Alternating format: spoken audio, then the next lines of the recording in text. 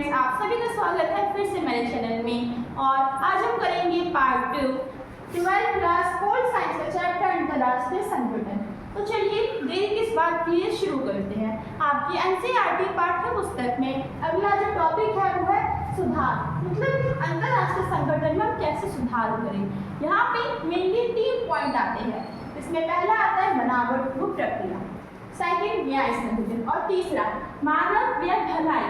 अब हम जानें कि इन तीनों में हमें करना क्या है। बनावट व प्रक्रिया सुधार में हम पढ़ेंगे सुरक्षा परिषद में, जिसमें हमें ये बताया गया है कि जो सुरक्षा परिषद है ना, इसके जो सदस्य हैं, जो हमने 10+5 पढ़े थे इससे पिछली वाली वीडियो में, स्थायी और अस्थायी दोनों की संख्या बढ़नी चाहिए। सेकंड तक हमने क्या पढ़ना है कि न्याय संगठन का हमें ये पढ़ना है कि पश्चिमी जो दबदबा है वो कम हो। पश्चिमी दबदबा का मतलब जो विकसित जो देश है, एग्जाम्पल के लिए हमारा हो गया अमेरिका, तो जो वो दबदबा दिखलाता है, जो वो धौंस दिखलाता है, उसको कम करना है। इसके दौरान न्याय संगठन के दौरान तीसरा सुधार बताया गया है कि मानव की भलाई के लिए यहाँ पे हमें कई प्रकार के संगठन बनाने चाहिए। जैसे मानव अधिकार संगठन हो गया, शिक्षा संगठन हो गया, स्वास्थ्य संगठन हो गया। इतने क्लियर हो गए। अब हम यहाँ पे क्या पढ़ेंगे कि 1992 में एक बैठक हुई थी यूएन, जिसमें कुछ सुरक्षा से रिलेटेड हमें बताई गई थी कि इन्हें कौन कौन सी तकलीफें है, इन्हें कौन कौन सी समस्याएं और उससे रिलेटेड जो सुधार है वो हमें कौन कौन से करने चाहिए। तो यहाँ पे ना मेनली जो 3 समस्याएं हैं उनको बताया गया है।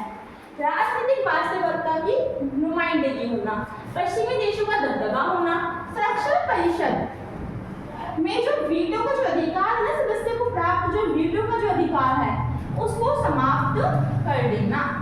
तो इतना समझ में आ गया कि सुधार कौन कौन से 1992 में कौन कौन सी 3 समस्याएं बताई गई।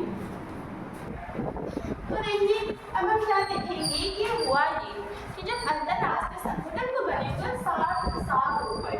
तो 2005 सितंबर का महीना था, उस वक्त एक हमने योजना, एक आयोजन दिखाया, जिसमें क्या हुआ कि कुछ फैसले लिए गए और वो फैसले आपके पेपर में आते ही आते हैं। न्याय संगठन ने फैसले लिए, तो चलिए पढ़ते कि कौन कौन से फैसले लिए गए। शांति संस्थापक जो आयोग है इसकी स्थापना करना पहला। दूसरा है मानव अधिकार परिषद की स्थापना करना। तीसरा है सूचना कार्य विकास लक्ष्य की स्थापना करना। आतंकवाद की निंदा करना, यानी जो आतंकवाद है ना, इनको खत्म कर देना है।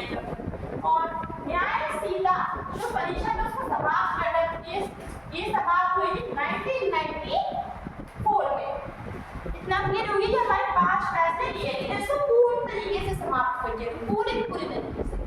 अब देखिए अब हम पढ़ेंगे अंतरराष्ट्रीय संगठन और भारत के बारे में। ये भारत और अंतरराष्ट्रीय संगठन का क्या रिलेशन है। जो इंडिया है उसने यूएन के हर फैसले में समर्थन दिया, उसकी नाराजगी है या फिर वो कहता ये है कि सुरक्षा जो परिषद है ना हमारा, जो हमारा सुरक्षा परिषद है, इसमें जो सदस्य जो संख्या उससे बढ़ाना चाहिए, स्थायी भी और अस्थायी भी। इसी के दौरान 1965 में जो सदस्यों की संख्या 11 से 15 कर दी गई। अब आपके पास एक क्वेश्चन आता है कि इंडिया को अंतरराष्ट्रीय संगठन का स्थायी सदस्य बनने के लिए कौन कौन सी विशेषताएं चाहिए। या फिर उसमें है, क्योंकि ये वाला पॉइंट मैंने आपको पहले बताया था कि सबसे बड़ा लोकतांत्रिक देश है ना, वो बजट में योगदान, तो ये वाले पॉइंट यहाँ पे आ जाएंगे। और इसमें एक पॉइंट और आता है कि जो इंडिया है वो इसका एक स्थायी सदस्य बनने वाला भी था, लेकिन कुछ देशों ने क्या कर दिया, मना कर दिया, अपनी वीटो पावर का यूज कर दिया। और वो देश कौन सा था, चीन था।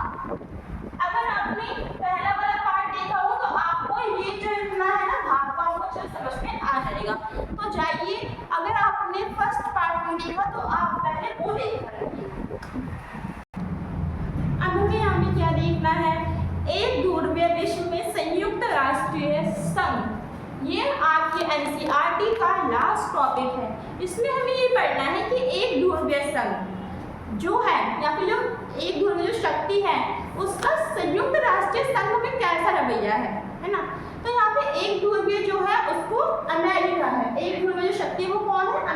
है। और अगर देखा जाए तो संयुक्त राष्ट्र संघ में बहुत ही ज़्यादा प्रभावी देश है। प्रभावी देश क्यों है?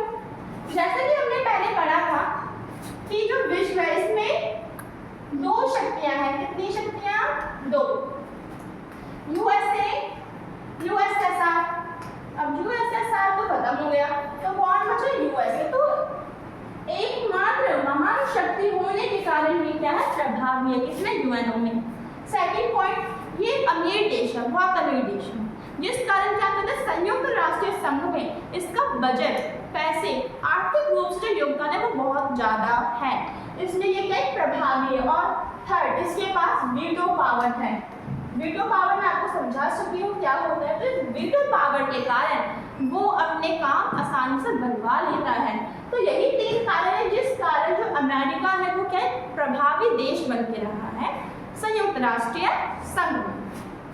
अब यहाँ पे क्या देखना है कि जो ये प्रभावी है तो इन तीनों के कारण ये क्या करता है? ये अन्य देशों में फूट दिलवा सकता है, लड़ाई करवा सकता है। अब इस लड़ाई करवा के क्या फायदा होगा?